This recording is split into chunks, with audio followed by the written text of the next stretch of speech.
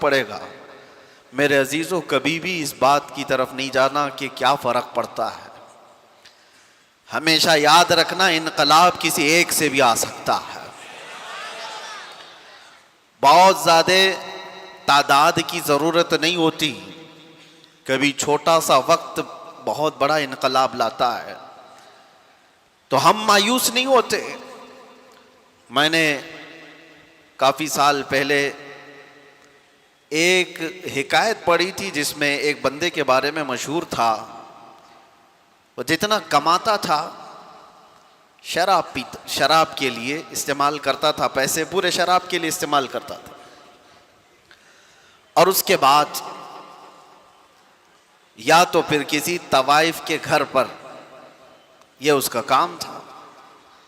لیکن جانتے ہو انتقال ہوا، وقت کے جو بڑے قطب تھے انہوں نے اس کا جنازہ پڑھایا۔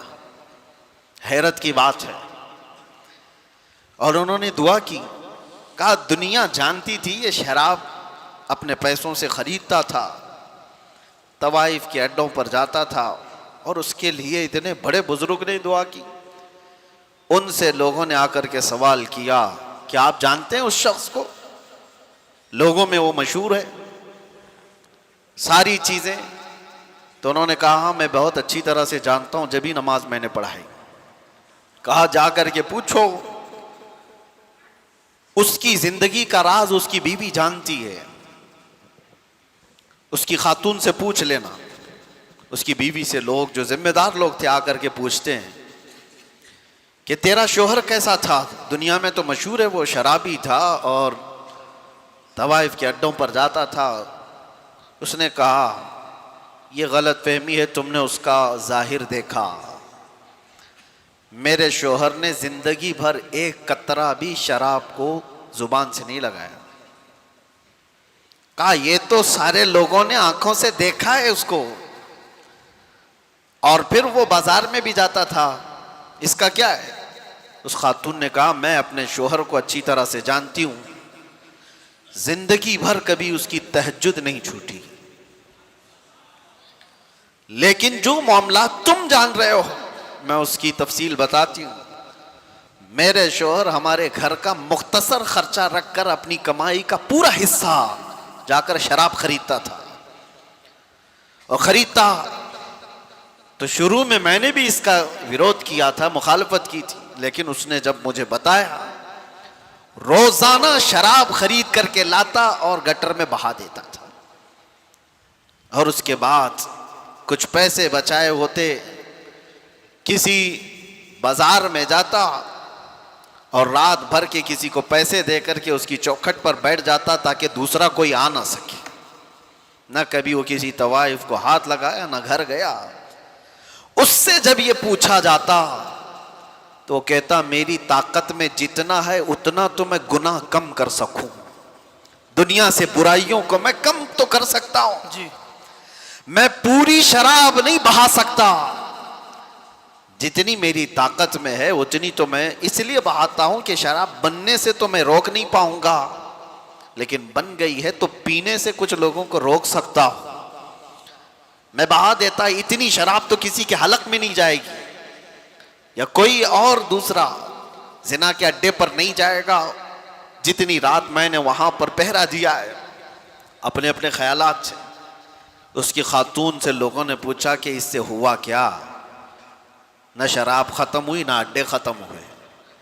کہا ایک بات یاد رکھو، ہر انسان کو اللہ نے اس کی زندگی کے استطاعت کے مطابق عمل کا حکم دیا ہے، پوری دنیا کا نہیں، جتنی طاقت ہے جتنی اس کی حیثیت ہے اتنا عمل کا حکم دیا، اس نے اپنی طاقت کے مطابق عمل کیا، اور دنیا میں ہی تم نے دیکھ لیا کہ اس کے جنازے پر وقت کا قطب نماز کے لیے آیا۔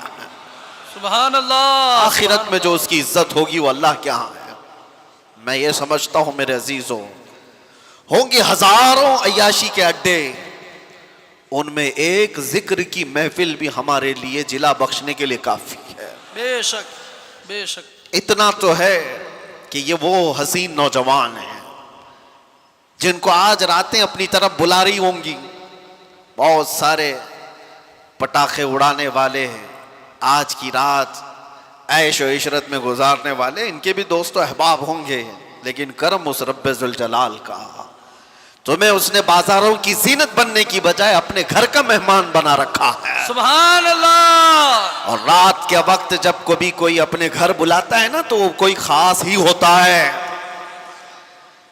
رات کے وقت جب کوئی اپنے گھر میں بلاتا ہے جی۔ تو خاص لوگوں کو بلایا جاتا ہے، ہر کسی کو رات کے وقت کون بلاتا ہے؟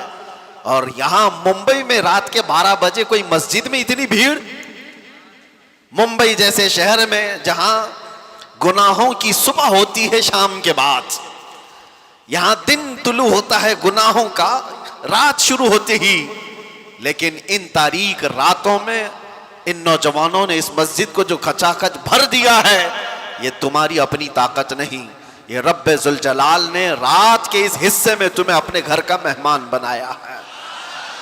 اور سنو حدیث پاک، میرے آقا صلی اللہ علیہ وسلم فرماتے ہیں جب رب تبارک و تعالیٰ کسی کے ساتھ بھلائی کا ارادہ فرماتا ہے تو اسے اپنے مسجد کا راستہ دکھا دیتا ہے۔ تو یہ یقین ہو گیا کہ یہاں جتنے آئے ہیں ان کے ساتھ اللہ نے بھلائی کا ارادہ کیا ہے، اور آنے کے بعد جانے سے پہلے رب ذوالجلال سے اتنا عرض کر دینا کہ مولا میں اپنی طاقت اور استطاعت سے نہیں آیا تھا، تیرے بلاوے سے آیا، تو نے بلایا، تیرے بلاوے اور فضل پہ آیا، اب میرے مانگنے سے مجھے آخرت میں جنت عطا کرتے ہیں۔ مانگنے پر اللہ تبارک و تعالی راضی ہوتا ہے۔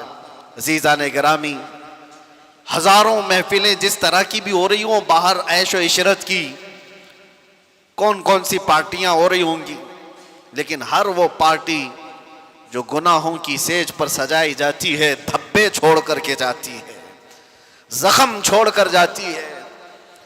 زندگی کے ان لمحات کو جس نے برباد کیا ہے، میں آج اسی پر گفتگو کرنا چاہوں گا۔ میں نے آیت بھی آپ کے سامنے سورہ حشر کی یہ تلاوت کی، اللہ تعالیٰ فرماتا ہے یا ایھا الذین آمنوا اتقوا اللہ ولتنظر نفس ما قدمت لغد، اے ایمان والو اللہ سے ڈرو اور دیکھو کہ قیامت کے لیے تم نے کیا بھیجا ہے، تم کیا انویسٹ کیے اس دنیا میں۔ آج تمہارے پاس وقت ہے، تم آگے کے لیے اپنے وقت میں کیا کام کر چکے ہو، یہ قرآن تمہیں جھنجھوڑ کر کہہ رہا ہے۔ اے نوجوانوں، میں آپ کو بتاؤں، اللہ کے رسول صلی اللہ تعالیٰ علیہ وسلم فرماتے ہیں کہ 2 نعمتیں ایسی ہیں جس میں اکثر لوگ خسارے میں رہتے ہیں۔ اکثر لوگ 2 نعمتوں میں یہ خسارے میں ہوتے ہیں، یا اس سے جاہل ہوتے ہیں، یا اس سے غفلت برتتے ہیں۔ وہ 2 نعمتیں کیا ہیں؟ حدیث پاک رسول کریم صلی اللہ علیہ وسلم فرماتے ہیں الصحت والفراغہ، صحت جو اللہ نے تمہیں تندرستی دی ہے یہ ایک نعمت، اس کو آدمی ہلکے میں لیتا ہے۔ دوسری وقت کی نعمت، جو وقت تمہیں آج دیا گیا ہے، یہ وقت جیسی گزرتا ہے واپس کبھی نہیں آتا، کبھی نہیں آتا۔ حضرت انس بن مالک رضی اللہ تعالیٰ عنہ سے ایک حدیث ہے، اللہ کے رسول صلی اللہ تعالیٰ علیہ وسلم ارشاد فرماتے ہیں لیس من یوم یأتی علی ابن آدم، کوئی دن ایسا نہیں کہ انسان پر جب دن آتا ہے، دن شروع ہوتا ہے، الا وینادی بہ، مگر یہ کہ اس کو روز پکارتا ہے۔ دن جیسے ہی شروع ہوا انسان سے کہتا ہے اے بنی آدم، اے بنی آدم، میں نیا دن ہوں تیرے لیے، انی خلق جدید، میں نیا دن ہوں تیرے لیے، اور تو آج جو کچھ بھی کرے گا قیامت کے دن میں تیری گواہی دینے والا ہوں۔ روزانہ ہر دن ہماری زندگی میں یہ کہتا ہے، اور حضور فرماتے ہیں رات بھی یہی کہتی ہے۔ جیسی رات طلوع ہوتی ہے انسان سے وہ کہتی ہے اے بنی آدم، میں نئی رات ہوں تیری زندگی میں۔ یہ آج جو رات ہے یہ کیا پہلے کبھی آئی تھی آپ کی زندگی میں؟ آج 31 دسمبر 2025، یا اس سے پہلے کبھی آیا تھا یہ دن؟ گزر جانے کے بعد کبھی اور آئے گا؟ نہیں آئے گا۔ گیا وقت پھر ہاتھ آتا نہیں، صدا دور دورہ دکھاتا نہیں۔ 2 نعمتیں جس میں اکثر لوگ خسارے میں ہیں وہ یہ 2 نعمتیں ہیں اللہ کی دی ہوئی، صحت اور وقت کو برباد کرنے والے وہ لوگ ہیں جو عیاشیوں میں آج مبتلا ہیں. وقت کو جنہوں نے غنیمت نہیں سمجھا. ہم نے زندگی میں بھی بہت سارے ایسے لوگوں کو تڑپتے ہوئے دیکھا ہے. اے نوجوانوں ذرا بوڑھوں سے پوچھ لو ان کی جوانی کا کیسا آج ان کو جوانی کا وقت جو گزرا ہے ان کو آج کیسا پریشان کرتا ہے وقت کہ کاش ہم یہ کر لیے ہوتے, کاش ہم یہ کر لیے ہوتے. بڑھاپا پورا کاش میں گزر جاتا ہے کیونکہ وہ واپس کسی نے آج تک جوانی پلٹا کر نہیں دی. ایک بات یاد رکھو کہ جو وقت ہم سے گزر رہا ہے, نوجوان بچوں سے خاص طور پر, کہ اللہ تعالیٰ نے بہت بڑی نعمت تمہیں عطا کی.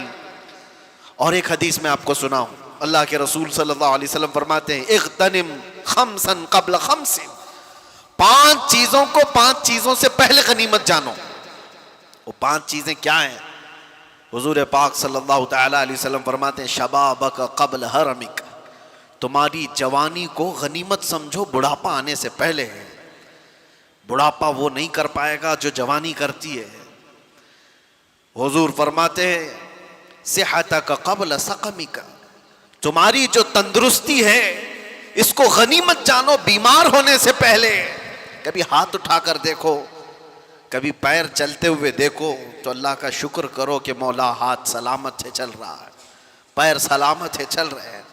آنکھوں سے آج دیکھ رہے ہو, کتنے ایسے ہیں جن کی آنکھیں چلی گئی ان کو کالا اور سفید بھی نہیں معلوم, دن اور رات کے بدلتے ہوئے اجالے اور اندھیریاں کچھ نہیں خبر. میرے عزیزوں, دانت سلامت ہیں, کھا پا رہے ہو. ان لوگوں سے پوچھو جن سے روٹی کا ایک لقمہ بھی اندر نہیں جاتا. صحت اللہ تعالیٰ نے جو تمہیں دیا ہے. میں کینسر ہاسپٹل وزٹ کیا کرتا تھا اپنے نوجوانوں کے ساتھ ہر سال میلاد مصطفیٰ صلی اللہ علیہ وسلم کے موقع پر. ایک بار ایک مریض کو میں دیکھ رہا تھا جو کینسر میں مبتلا ہے, کبھی آپ بھی جا کر ان کو دیکھنا. کئی قسم کے ناسور ان کے جسم کو تباہ کر چکے ہیں. کیمو کرواتے ہوئے لوگ, تڑپتے ہوئے لوگ جسموں کے لیے. ایک مریض آج بھی مجھے یاد آتا ہے, گردن میں کوئی پھوڑی ہوئی تھی کینسر کی, جس کی وجہ سے تکیا پورا خون سے بھر جاتا تھا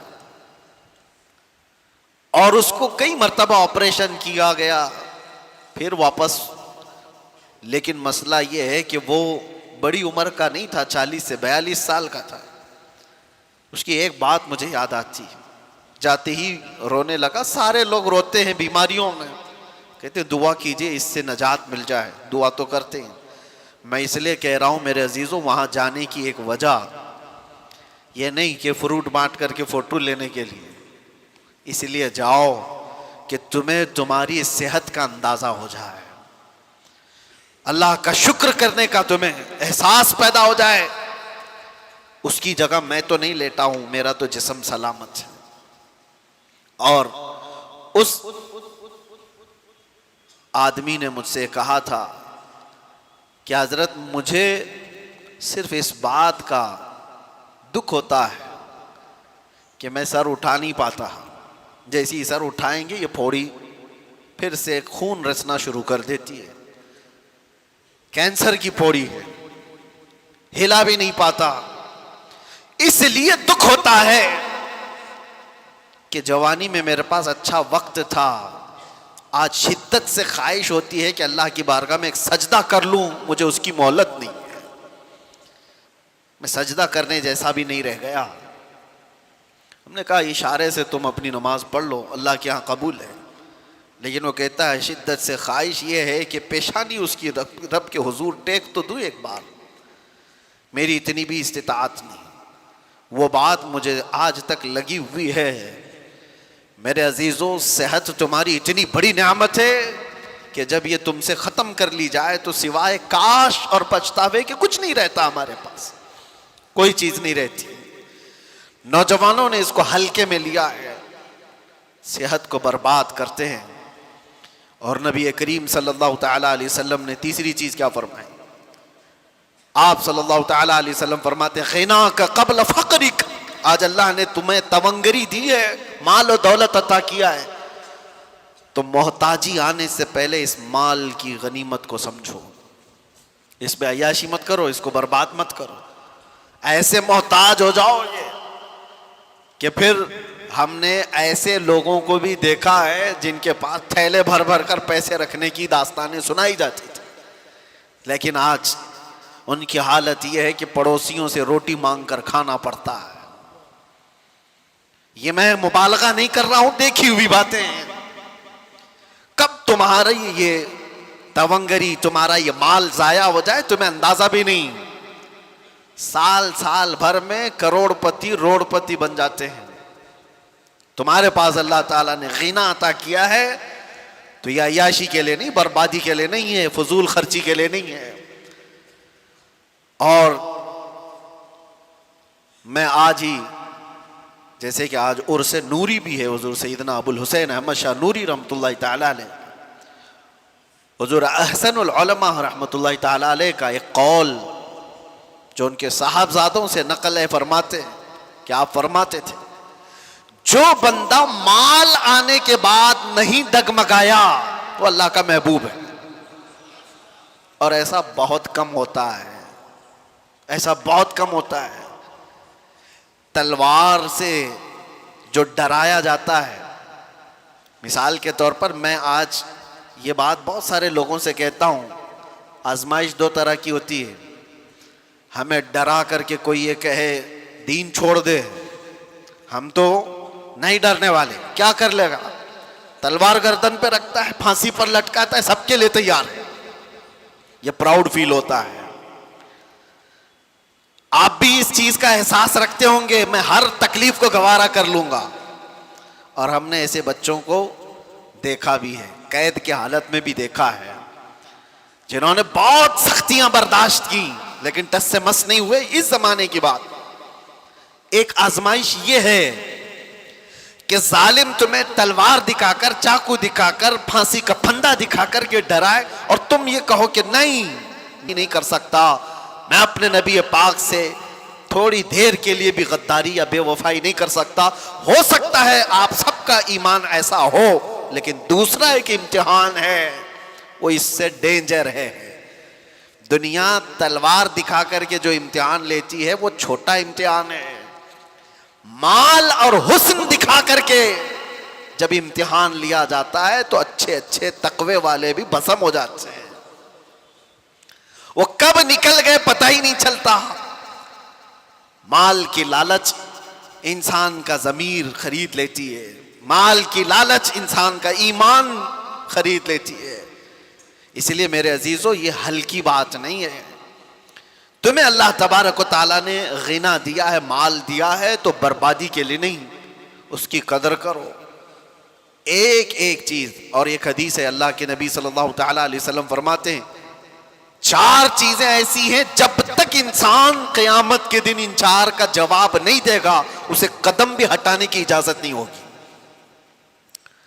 لا تزول قدما عبدہ حتی یسأل عن 4، فرمایا کہ 4 چیزیں ایسی ہیں کہ قدم بھی نہیں ہٹائے گا قیامت کے دن جب تک ان چیزوں کا جواب نہیں دے گا۔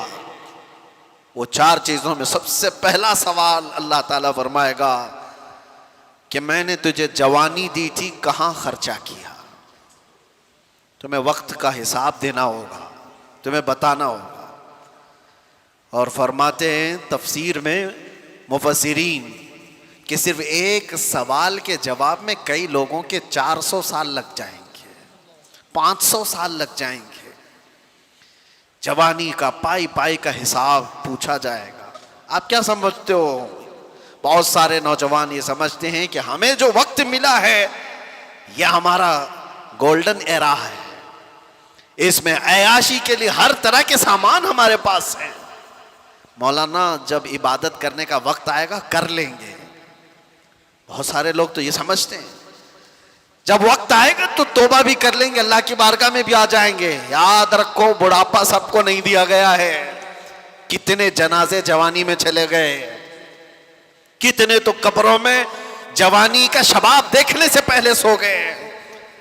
یہ سب سے پہلا سوال قیامت کے دن تمہیں جواب دینا ہے، ہمیں بھی دینا ہے۔ جوانی کہاں پر بتائی تم نے؟ کیا تم یہ جواب دو گے قیامت کے دن کہ رات بھر فیس بک پر چیٹنگ کرتے ہوئے گزارتا تھا، پب جی کھیلتے ہوئے گزارتے تھے، انٹرنیٹ کی وادیوں میں بھٹکتے ہوئے گزارتے تھے؟ بلکہ اب کے دور میں تو سوال اور بھی سخت ہو گیا ہم سب کے لیے۔ تم دین بھی سیکھ سکتے تھے اسی موبائل سے، تم بہت کچھ علم حاصل کر سکتے تھے اسی ذریعے سے، اور تم نے اس ساری چیزوں کو صرف اپنے تفریح کے لیے، اپنی طبیعت کی خوشی کے لیے استعمال کیا، اس کے علاوہ کچھ نہیں۔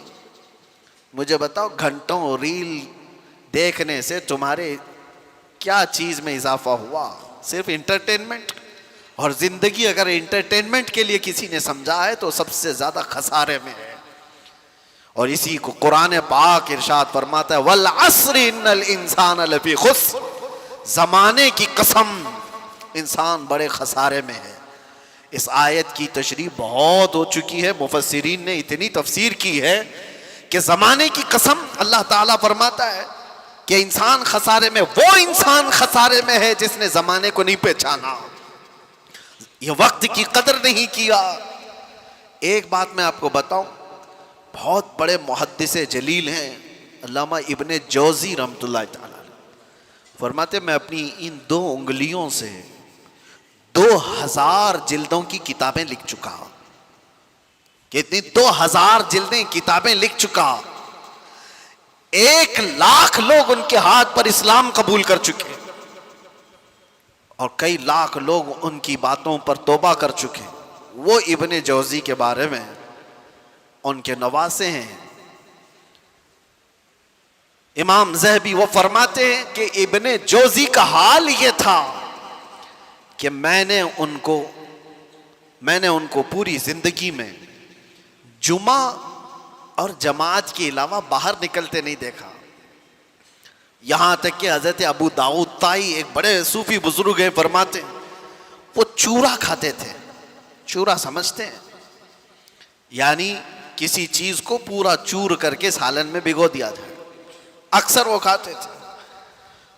تو ان سے پوچھا گیا آپ ہر دن یہ چورا کیوں کھاتے ہیں؟ توجہ، امام ابن داؤد طائی فرماتے ہیں اس لیے کہ روٹی کھانے میں جتنا وقت لگتا ہے اتنے وقت میں میں چورا کھا کر 40 آیتیں پڑھ لیتا ہوں، میں وقت بچاتا ہوں۔ وہ لوگ روٹی میں وقت بچانے والے لوگ تھے۔ میاں روٹی کھانے میں کون سا زیادہ وقت لگتا ہے؟ آپ تو اس کو تعجب سے سمجھیں گے، لیکن وہ صوفیہ تھے، اتنا وقت بھی ضائع نہ ہو۔ ایک بزرگ ہیں اپنے مریدین کے ساتھ بیٹھے ہوئے تھے، اچانک وضو کی حاجت ہوئی، بہت قریب ہی وضو کا انتظام تھا، لیکن آپ وہیں بیٹھ کر تیمم کرنے لگے۔ تیمم جانتے ہیں؟ پانی نہ ملے تو اس کے بدلے میں، وضو کے بدلے میں تیمم ہوتا ہے۔ تیمم کیا ہوتا ہے؟ دونوں ہاتھوں کو زمین پر مارا، چہرے پر مسح کیا، پھر دونوں ہاتھوں کو زمین پر مارا اور ہاتھوں کو مسح کیا۔ یہ وضو کے قائم مقام ہو گیا، وضو کے برابر ہو گیا۔ تیمم کہاں کیا جاتا ہے؟ جب پانی نہیں ملتا، اس کی بہت ساری شرطیں ہیں کہ پانی پر وہ قدرت نہیں رکھتا، تو ایسے موقع پر اس کو تیمم کرنے کی اجازت ہے، لیکن پانی ہے تو تیمم نہیں ہوگا، اور اگر پانی مل گیا تو تیمم ٹوٹ بھی گیا۔ اس بزرگ کے بارے میں نے پڑھا، ان کے مریدین نے کہا حضور وضو کا انتظام ہے، آپ یہاں تیمم کر رہے ہیں؟ آپ فرماتے یہاں سے اٹھ کر وہاں جانے تک اگر میری موت ہو گئی تو بے وضو میں دنیا سے نہیں جانا چاہتا۔ اتنے فاصلے میں اگر میں مر گیا تو میں نہیں چاہتا کہ بے وضو دنیا سے جاؤں، کم از کم تیمم کے ساتھ تو دنیا سے جاؤں۔ یہ ان کی فکریں تھی جو اپنے وقت کا استعمال کیا انہوں نے۔ میرے عزیزوں، نوجوانوں کو آج ہم جو دیکھ رہے ہیں، گھنٹوں گلیوں کے نکڑ پر بیٹھے ہوئے ہیں، انہوں نے اپنی جوانی کے اچھے ایام برباد کیے ہیں۔ کسی سے بھی پوچھا جائے کیا کر رہے ہو؟ ابھی ڈھونڈ رہا ہوں۔ تمہیں پتا ہے ایک وقت کتنا قیمتی ہے تمہارا؟ الوقت کالسیف، وقت تلوار ہے، اگر تم اس کو نہیں کاٹو گے یہ تمہیں کاٹتا چلا جائے گا۔ ابھی یہ جو وقت کی سوئیاں گزر رہی ہیں آپ کو کیا لگ رہا ہے گھڑی کی ٹک ٹک ٹک ٹک؟ یہ کیا گھڑی کا کھیل ہے؟ نہیں، ہماری زندگی کو کاٹ رہی ہے۔ بچپنے سے جوانی آ گئی، جوانی سے ابھی عنقریب بڑھاپا آ جائے گا، آپ کو اندازہ بھی نہیں ہوگا۔ اور ہم تو اس زمانے میں جی رہے ہیں جہاں کے متعلق میرے آقا صلی اللہ علیہ وسلم نے فرمایا تھا قیامت کے قریب تم دیکھو گے سال مہینوں کی طرح گزریں گے، مہینے ہفتے کی طرح گزریں گے، اور ہفتہ دن کی طرح گزرے گا، اور دن ایسے گزرے گا جیسے کسی بڑی چیز کو آگ لگی اور بجھ گئی۔ کیا یہ دیکھ رہے ہیں کہ نہیں آپ؟ آج سال مہینوں کی طرح گزرتے چلے گئے۔ رمضان ابھی گزارا تھا اور رمضان آنے کے انتظار میں ہے، اور آپ کو پتہ ہے یہی محفل یہاں پر کھڑے ہو کر سال بھر گزر گئے۔ اس طرف تاج المشائخ حضور امین ملت تشریف فرما تھے، تو محفل بھی یاد ہوگی۔ ہمیں تو لگتا ہے کہ وہ چند دنوں پہلے کی محفل ہوگی، لیکن میرے عزیزوں پورے سال کے کاٹے گزرتے ہوئے 365 دن مکمل کر چکے۔ دن اسی طرح سے کاٹتے ہوئے ہماری زندگی کو جا رہے ہیں، اور اچانک وہ دن آئے گا جب ملک الموت تمہارے گھر پر دستک دے چکا ہوگا۔ اور پھر جانتے ہو قیامت کے دن ایک سوال ہوگا، جنہوں نے اپنے دن برباد کیے، وقت ضائع کیے۔ اللہ تعالیٰ قرآن میں فرماتا اولم نعمرکم ما یتذکر فیہ من تذکر وجاءکم النذیر فذوقوا فما للظالمین من نصیر۔ کیا ہم نے تجھ کو عمر نہیں دی تھی، زندگی نہیں دی تھی؟ اتنی زندگی میں نے تم کو نہیں دیا کہ جس میں تو نصیحت حاصل کر سکتا تھا؟ اللہ فرما رہا ہے کیا میں نے تجھے اتنی زندگی نہیں دی کہ جس میں تو سدھر سکتا تھا، اپنے آپ کو سنوار سکتا تھا؟ اور ایسا نہیں کہ تو خود ہی سنور سکتا تھا، وجاءکم النذیر، اور تمہارے پاس تو اللہ کا ڈر سنانے والا رسول بھی آیا تھا، پھر تم نہیں بدلے۔ کیوں؟ اللہ فرماتا ہے فذوقوا فما للظالمین من نصیر، اب جہنم کا عذاب چکھو، اس لیے کہ ظالموں کا یہاں کوئی مددگار نہیں۔ ظالم کس کو کہا ہے؟ کون ہے ظالم؟ جس نے اپنی زندگی کے ساتھ ظلم کیا، اس نے اپنے وقت کو اپنے ہاتھوں برباد کیا، اس سے بڑا ظالم کون ہے؟ ہم اپنے آپ پر جو ظلم کر رہے ہیں میرے عزیزوں، اپنے وقت کا جو ضیاع ہے، یہ بربادی ہے عیاشیوں میں۔ اللہ کی پناہ، ہماری عمریں بھی اس طرح سے گزرتی چلی گئیں۔ میں کچھ مشائخ اور کچھ بزرگوں کو جانتا ہوں، آپ کے سامنے میں چند مثالیں رکھ دوں۔ آپ کو پتہ ہے ہندوستان کی سرزمین پر ایک بہت بڑے بزرگ ہیں، سلطان الاولیاء سیدنا سالار مسعود غازی، بہرائچ شریف میں آرام فرمائے۔ بڑا مقام ہے آپ کا، سرکار غریب نواز سے بھی پہلے کے ہیں، اور مشائخ نے تو یہ کہا ہے کہ ہندوستان کی ولایت ان کے آستانے سے ہو کر چلتی ہے۔ اولیاء کے سردار ہیں، غریب نواز رضی اللہ تعالیٰ عنہ سے بھی تقریباً 200 سال پہلے کے سالار مسعود غازی۔ یہ بات ان کی میں کیوں کہہ رہا ہوں؟ اتنا بڑا مقام اولیاء کی جماعت میں آپ نے حاصل کر لیا، لیکن جانتے ہو آپ سالار مسعود غازی کی عمر انتقال کے وقت 19 برس کی تھی، وہ صرف 19 سال کے تھے۔ 19 سال کے نوجوان کو سلطان الاولیاء کا لقب ملا۔ زندگی کیسی گزاری! 19 سال میں تو جوان یہاں ابھی ایسے لگتے جیسے ابھی دودھ چھوڑا ہوا ہے، اسے کچھ خبر نہیں۔ اور آپ کو پتا ہے ہندوستان کی سرزمین پر سب سے پہلا لشکر لے کر آنے والا محمد بن قاسم کس لیے آیا تھا؟ 10,000 کا لشکر لے کر صرف اسلامی بہنوں کی عزت بچانے کے لیے آیا تھا۔ راجہ طاہر سنگھ ایک ظالم بادشاہ تھا، اس کے گنڈوں نے کچھ عورتوں کو قبضہ میں لیا اور ان کا مال لوٹ لیا تھا۔ ان عورتوں نے آواز لگائی تھی کہ ہے کوئی ہمارا بھائی جو ہماری مدد کرے ہندوستان سے۔ تو اس وقت کچھ عرب کے تاجر یہاں پر تجارت کے لیے آئے تھے، انہوں نے یہ معاملہ دیکھا تو واپس جا کر اس وقت گورنر جو اس وقت تھا حجاج بن یوسف، اس کے زمانے میں وہ لوگ واقعہ سنا رہے تھے تو اسی واقعہ سنانے کے دوران دربار میں یہ نوجوان محمد بن قاسم جو بھتیجا ہے گورنر کا گزر رہا تھا، سن کر اسے بڑا شاق ہوا. پھر اپنے چچا سے کہا چچا جان مجھے اجازت دے، میں ہندوستان جاتا ہوں. کہا تو نے دیکھا ہندوستان؟ تقریباً 4000 کلومیٹر دور ہند کی وادیاں دیکھا نہیں؟ اس نے کہا اللہ کی مدد آئے گی، میں لشکر لے کر جاؤں گا. اور وہ آیا بھی.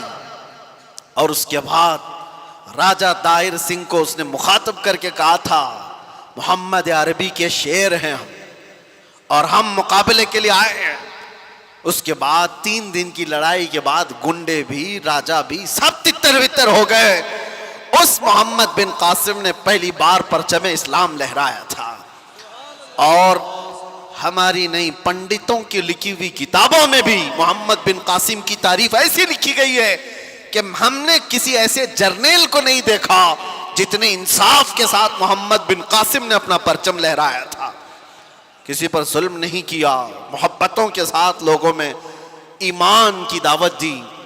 سوچئے آپ محمد بن قاسم جو اپنی بہنوں کی عزت کے لیے، اس کے سگی بہنیں کیا ہیں تو دور، اتنے دیش دور رہنے والی پیڑتائیں مظلومائیں، ان کی مدد کے لیے وہ وہاں سے چل کر آیا، جنگ بھی کیا، بہنوں کو آزاد بھی کرایا، اور ساتھ ہی ایمان کی دولت بھی تقسیم کیا لوگوں میں. لیکن اس کا انتقال ہوا تھا محمد بن قاسم کا 21 سال کی عمر تھی. ذرا اپنے گریبان میں جھانک کر دیکھو، 21 سے گزرے ہوئے بھی ہم بہت ہیں. 21 سال کی جوانی میں جو اتنا بڑا قدم اٹھا کر آیا ہو، اس کے پاس وقت کی قدر و قیمت تھی. یہ وہ لوگ ہیں جنہوں نے دنیا میں تاریخ رقم کر دی. 21 سال میں وہ تو دنیا سے جا چکا. میرے عزیزو، محمد بن قاسم اپنی بہنوں کی، اور وہ بھی سگی نہیں، آہو بکا کو سن کر برداشت نہ کر سکا اور وہاں سے آ گیا. یہاں پڑوس کی بہنوں کی عزت لوٹی جاتی ہے، کسی کے کانوں پہ کچھ نہیں ہوتا. کیوں؟ سیلفش ہو گئے. ہمیں کوئی چیز جگاتی نہیں ہے. نوجوانوں، آج تو حالات یہ ہے کہ ہمیں یہ تو پتا ہوتا ہے کس کے گھر کی بیٹی بھاگ گئی، لیکن یہ نہیں پتا ہوتا کہ کس کے گھر میں بھوکا سو رہے لوگ، کس کا باپ اپنی بیٹی کی شادی کے لیے ترس رہا ہے. یہ خبر کہاں ہوتی ہے؟ نوجوانوں نے اپنی زندگیاں کس لیے رکھی ہیں؟ میں محمد بن قاسم کی بات آئی ہے تو آپ سے کہہ رہا ہوں، ارے 21 سال کی جوانی میں تم تو آج بائک رائیڈنگ کے لیے استعمال کر لیتے ہو، اور اکثر تو ایسے کہ ان نوجوانوں نے صرف فیشن کے لیے جوانی کو استعمال کرنا شروع کیا. میرے استاد گرامی فرمایا کرتے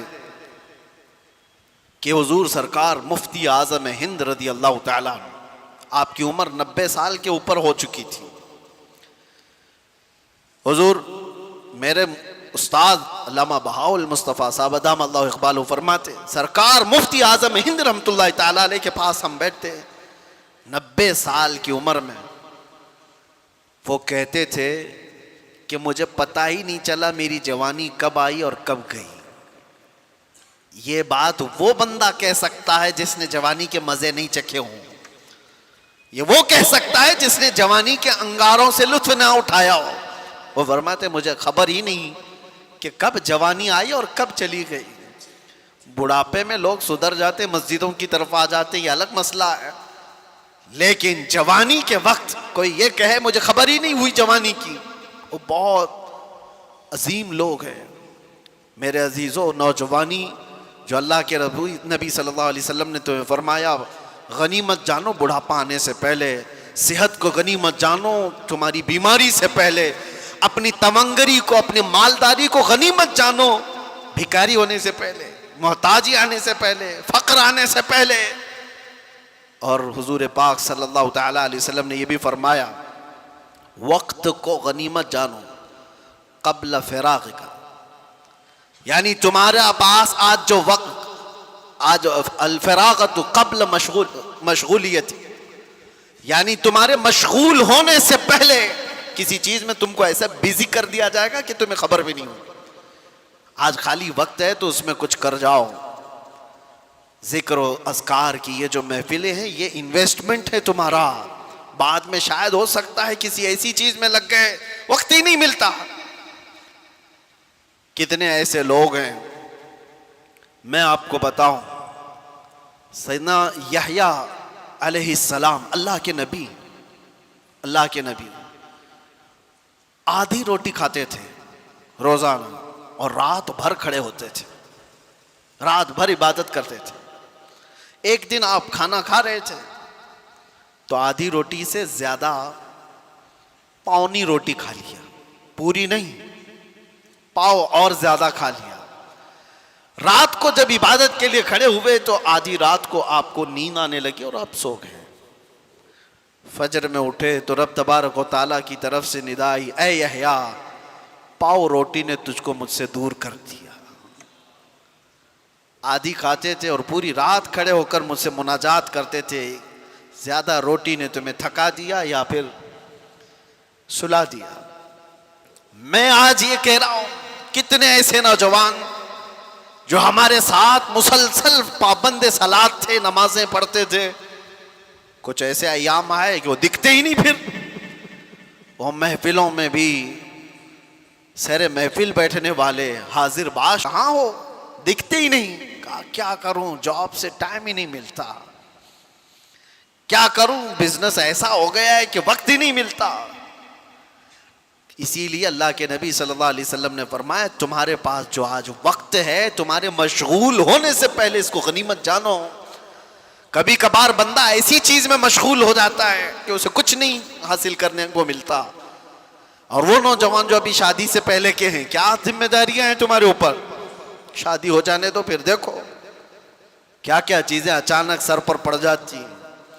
بیوی ہوئی, بچے ہوئے, اور اس کے بعد تو اس کی زندگی تو ایسی, صبح اٹھا راشن لایا, کپڑے لایا, وہ کیا یہ کیا, بچے کو اسکول چھوڑا ہے, وہاں سے لے کر کے آئے, جاب پہ جائے, کھانا لائے, ٹیوشن پہ چھوڑے, یہی ساری چیزوں میں مصروف ہو گیا بیچارہ. اور پہلے اتنا مصروف نہیں تھا, اور یہ مصروفیت بڑھتی جاتی ہے. تجارت میں جب کوئی قدم رکھتا ہے, میں نہیں کہتا کہ تجارت حلال نہیں, بہت اچھی چیز ہے, لیکن آدمی کو یہ ہمیشہ یاد رکھنا چاہیے جیسی وہ قدم آگے بڑھاتا جاتا ہے اس کا جو خالی وقت اللہ نے دیا تھا وہ اب مشغول ہوتا چلا جائے گا. اور مشغول اگر اچھے کاموں میں ہو جائے تو کیا کہنے ہیں, لیکن دنیا نے اگر اس کو مشغول کر لیا تو جو اس کے پاس تھوڑا بہت وقت ملتا تھا وہ بھی ختم ہو جائے گا. اسی لیے میرے عزیزو, جس کے پاس وقت ہے, نوجوانوں, یہ نیکیوں میں انویسٹ کر لو. جس کے پاس کچھ پیسے رکھے ہوتے ہیں نا, ان کو لوگ مشورہ یہی دیتے ہیں کیا کرے گا پیسے رکھ کر کے گھر میں, کسی چیز میں لگا دے, انویسٹ کر. گھر میں یہ تجوری میں سجا کر کے نوٹوں کی گڈیاں رکھے گا تو کیا حاصل کیا ہوگا, پیسے بڑھیں گے تو نہیں. انویسٹ کر تو بڑھ تو جائیں گے. میں آج آپ سے کہتا ہوں وقت تمہارے پاس ہے, ذکر اللہ میں انویسٹ کرو, محبت مصطفیٰ میں لگا دو, اور دیکھنا بڑھ کے کیا 70 گنا بڑھ کر کے تمہیں ملنے والا ہے. بڑھ کر کے ایسا ملے گا میرے عزیزو, دنیا میں چھاپ چھوڑ کر کے جاؤ گے.